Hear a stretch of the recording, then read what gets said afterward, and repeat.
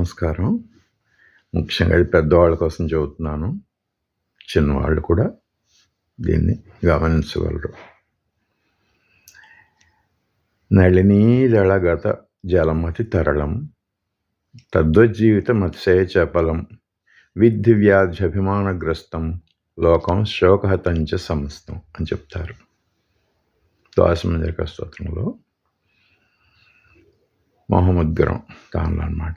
ఏంటంటే ఈ తామరాకు మీద ఉండేటువంటి ఆ నీటి బొట్లు అట్లా అట్లా అట్లా కదులుతూ ఉంటాయి, తరళంగా ఉంటాయి.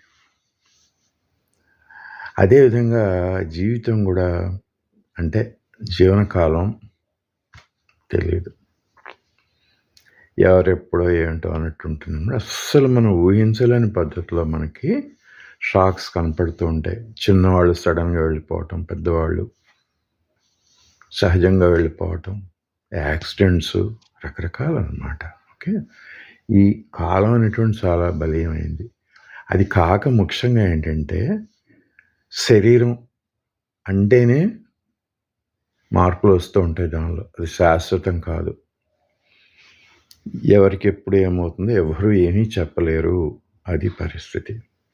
మనం ఏంటి ప్రతిదానికి ప్రిపేర్డ్గా ఉండాలి, మెంటల్గా ప్రిపేర్డ్గా ఉండాలి. వృద్ధాప్యం వచ్చింది, జబ్బులు వస్తాయి. ఏ కాళ్ళ నొప్పులు, చేతుల నొప్పులు, మోకాళ్ళ నొప్పులు, కళ్ళలో సమస్యలు, హార్ట్ సమస్యలు, కిడ్నీస్ ఏవో వస్తూ ఉంటాయి.